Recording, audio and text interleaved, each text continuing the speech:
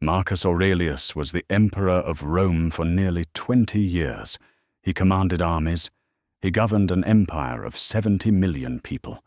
He managed plague, war, political betrayal, the deaths of children, and the slow grinding weight of being responsible for more than any single human being should be responsible for. And every night, in a tent on a military campaign, in the palace, wherever he was, he sat down and wrote in a private journal about how to think more clearly, how to respond rather than react, how to keep his mind from being swept away by the enormity of what surrounded it. He never intended anyone to read it. It was written for himself. A daily practice of philosophical self-correction, reminding himself of what he already knew but kept forgetting under pressure. We call it the Meditations. It is the most practical philosophy ever written, not because it offers a system or a theory, because it shows a real person in real circumstances under real pressure, using philosophy as a daily tool for keeping his mind in order.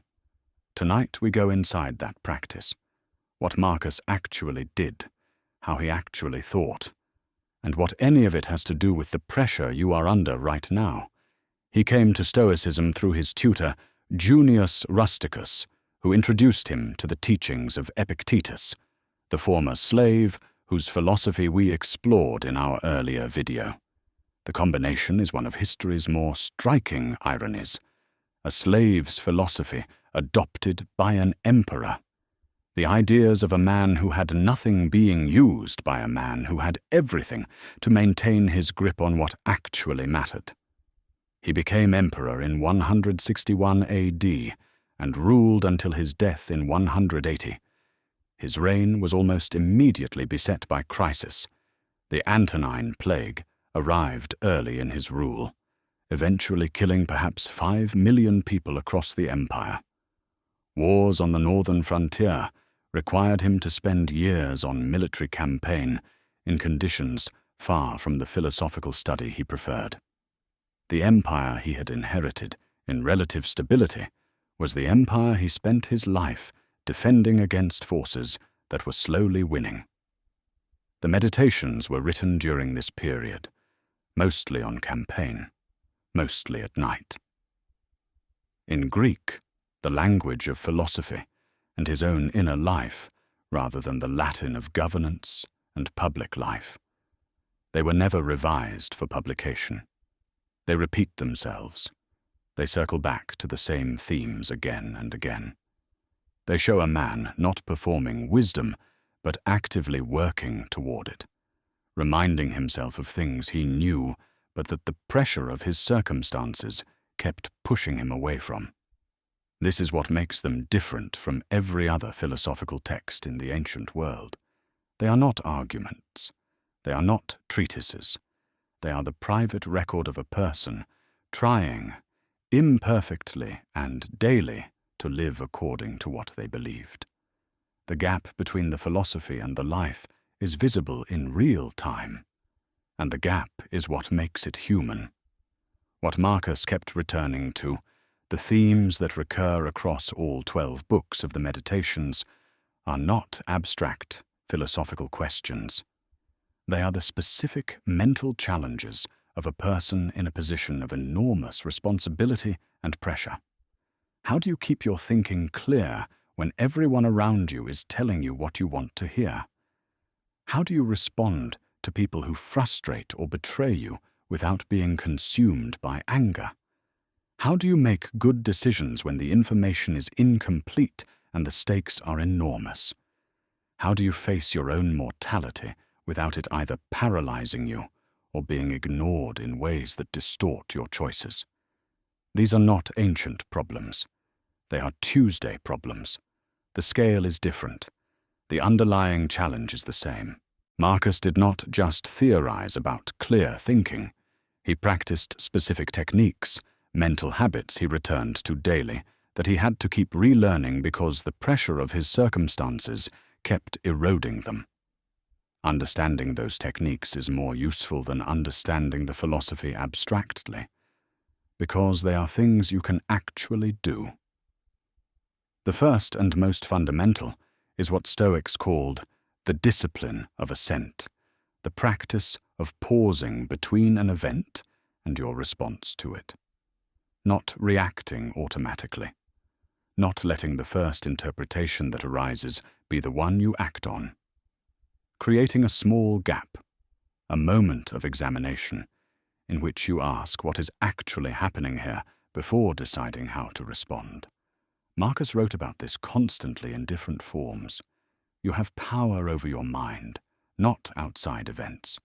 Realize this, and you will find strength. The obstacle is not the event.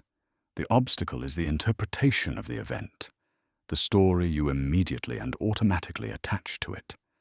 And the story is within your control in a way the event is not. The second practice is what he called stripping things bare, removing the emotional and social weight we attach to events and seeing what is actually there. He practiced this with food, describing it in its basic physical reality rather than in the terms of appetite or pleasure.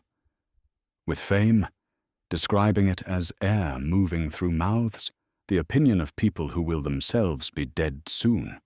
With death, not as a catastrophe, but as a natural process, as unremarkable as the falling of leaves. This is not nihilism. It is not the claim that nothing matters. It is a tool for seeing clearly when the emotional charge around something has made it impossible to think about honestly. The technique of stripping bare temporarily removes that charge, not to feel nothing but to think first and feel after, rather than the reverse. A practical version of this, one Marcus used explicitly, is asking about any distressing event. What is the worst realistic outcome here? Not the catastrophized version, the actual realistic worst case. Once that is named clearly and honestly, the anxiety that surrounds the unnamed fear typically diminishes. The monster in the dark is almost always smaller than the darkness that hid it.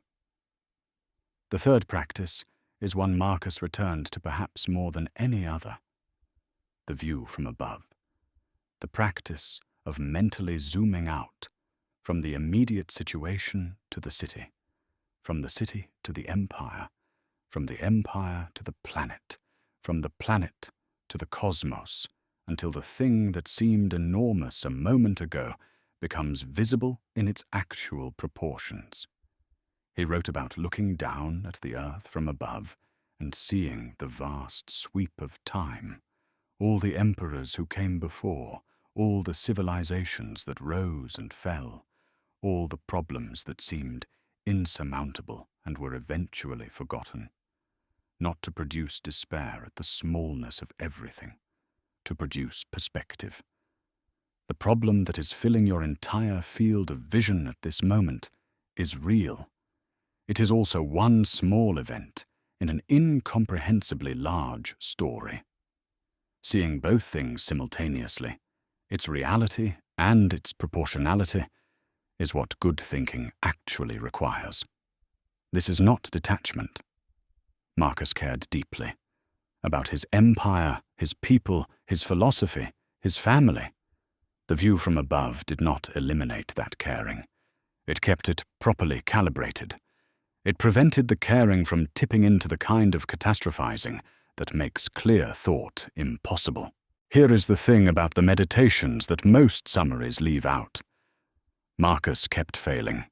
The same entries appear again and again across 12 books, the same reminders about anger, the same instructions to himself about not being distracted by reputation, the same exhortations to focus on what is within his control.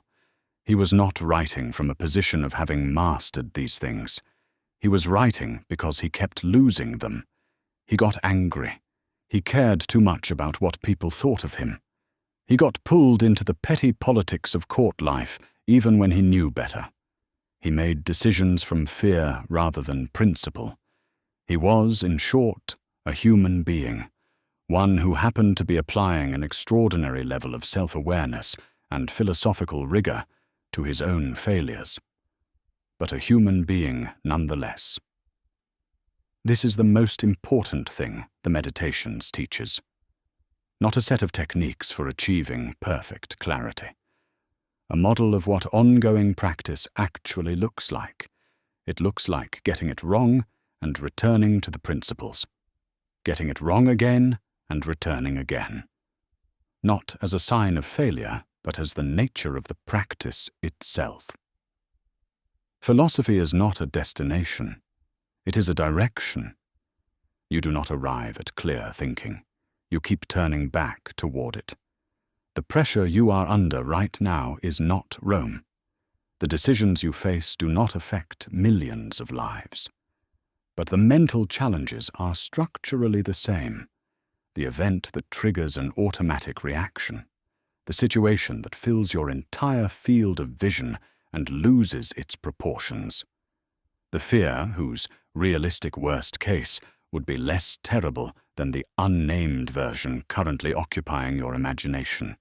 The tendency to confuse the story you are telling about what happened with what actually happened. Marcus had no solution to these challenges.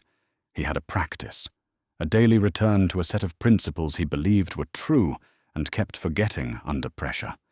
A private journal that served as both the practice and the record of the practice.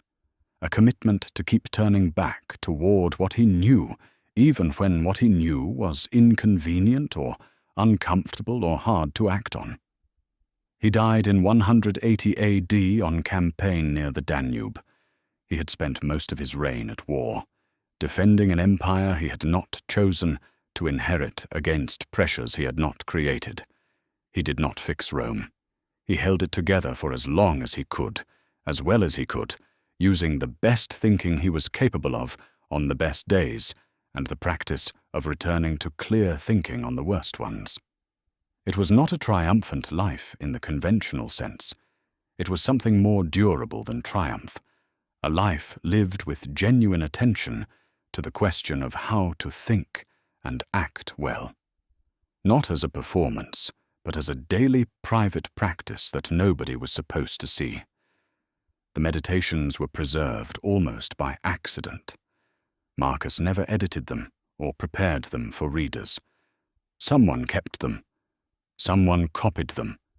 And 2,000 years later, they are still in print, still being read by people under pressure who are trying to think more clearly than their circumstances make easy. That is the best possible description of what philosophy is actually for. Not a theory about reality, a tool for keeping your mind in order when reality is difficult. Marcus kept a journal. He kept getting it wrong. He kept returning to the practice anyway.